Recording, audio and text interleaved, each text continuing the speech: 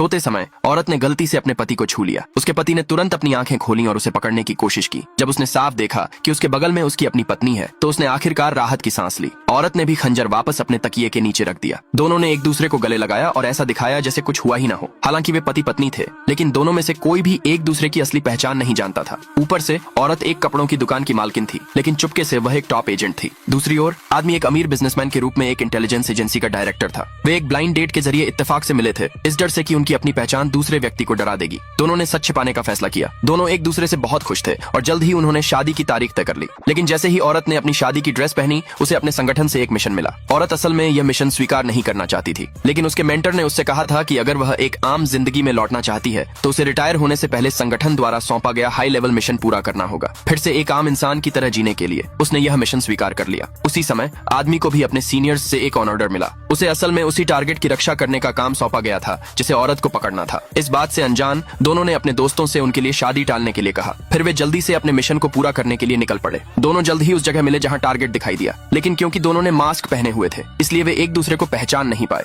औरत को शादी में देरी होने का डर था, इसलिए उसके पास पीछे हटने के अलावा कोई चारा नहीं था। शादी शुरू होने वाली थी, इसलिए वे जल्दी से शादी की जगह पहुंचे। हालांकि वे रास्ते में एक दूसरे से मिल गए। दोनों इस बात को लेकर हैरान थे कि दूसरा वहां क्यों था। तभी ऑडिटोरियम की घंटी बजी और उन्हें पता चला कि उनके पास समय कम है। आदमी ने तुरंत उसका हाथ पकड़ा और उसे सबसे ऊंची जगह पर ले गया। उसने औरत से शादी की कस्में खाई। फिर दोनों ने वहीं शादी की रस्म पूरी की। रस्म के बाद आदमी उसे वापस कमरे में ले गया। जैसे ही वे किस करने वाले थे, औरत को अचानक याद आया कि उसके शरीर पर अभी भी हथियार छिपे हुए हैं। उसने तुरंत अपने पति को धक्का देकर दूर हटाया, फिर कपड़े बदलने का बहाना बनाकर चली गई। आदमी ने उसे नहीं रोका क्योंकि उसे याद था कि उसके पास भी अभी हथियार थे। बाथरूम में घुसने के बाद औरत ने जल्दी से अपने सारे हथियार कैबिनेट में छिपा दिए। थोड़ी देर बाद वह औरत शर्माते हुए बाहर निकली। अगले भाग के लिए जल्दी कमेंट में यस लिखे।